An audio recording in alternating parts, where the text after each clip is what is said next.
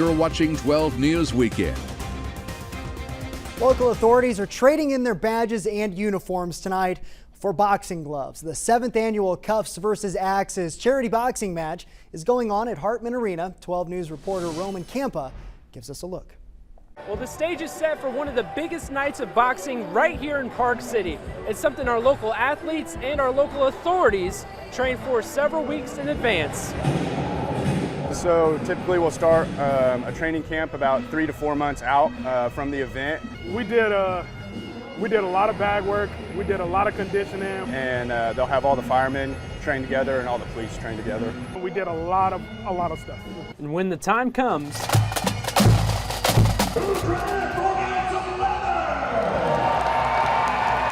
boxing matches you won't forget.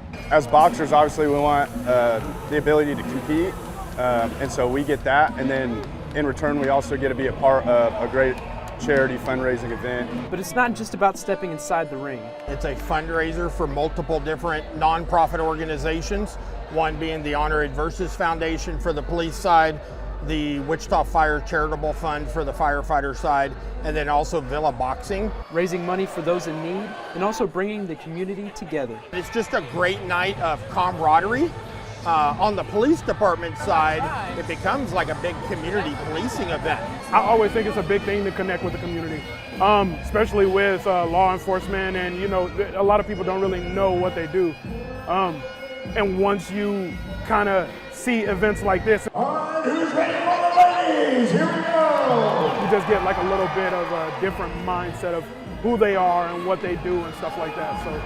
So it's different. In Park City, Roman Campa, 12 News.